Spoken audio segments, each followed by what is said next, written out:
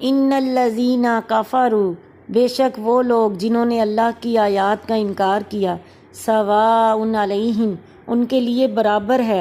انذرتہم، خواہ آپ انہیں ڈرائیں، ام لم تنذرہم، یا آپ انہیں نہ ڈرائیں، لا یؤمنون، ایمان نہیں لائیں گے۔ ختم اللہ، اللہ تعالیٰ نے مہر لگا دی، علی قلوبہم، ان کے دلوں پر، وعلی سمعہم، اور ان کے کانوں پر مہر لگا دی ہے، وعلی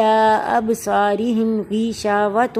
اور ان کی آنکھوں پر پردہ ہے، وَلَهُمْ عَذَابٌ عَظِيمٌ، اور ان کے لیے دردناک بہت بڑا عذاب ہے۔ وَمِنَ النَّاسِ، اور لوگوں میں سے کچھ ایسے بھی ہیں، مَن یقول، جو زبان سے تو کہتے ہیں، آمنا، کہ ہم ایمان لائے، باللہ، اللہ پر، وبالیوم الآخر، اور آخرت کے دن پر ایمان لائے، وما ہم بمؤمنین، اور حالانکہ وہ مومن نہیں، حالانکہ وہ ایمان نہیں لائے ہیں۔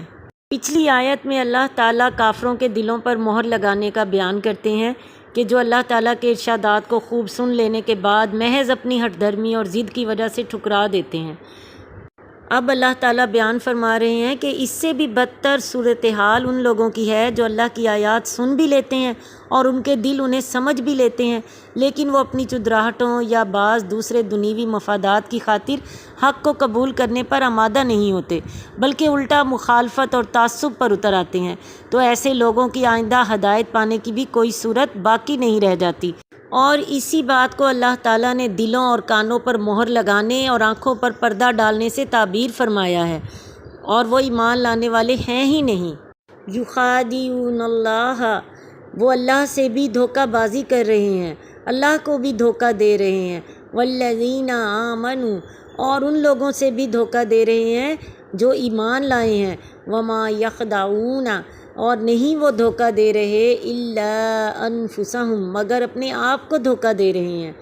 وما یشعرون، اور مگر وہ اس بات کو سمجھ نہیں رہے ہیں۔ پچھلی آیت میں جیسے کہ بتایا گیا، لوگوں میں سے کچھ ایسے بھی ہیں جو زبان سے تو کہتے ہیں کہ ہم اللہ پر ایمان لائے اور آخرت کے دن پر ایمان لائے ہیں، اور حالانکہ وہ ایمان لانے والے نہیں ہیں۔ تو وہ یہ نہیں سمجھتے، اس آیت میں یہ بتایا گیا ہے کہ وہ یہ نہیں سمجھتے کہ اگر وہ اللہ اور مومنوں سے دغا بازی کرنا چاہیں بھی تو ایسا کر نہیں سکتے، کیونکہ اللہ تو دلوں کے راز تک جانتا ہے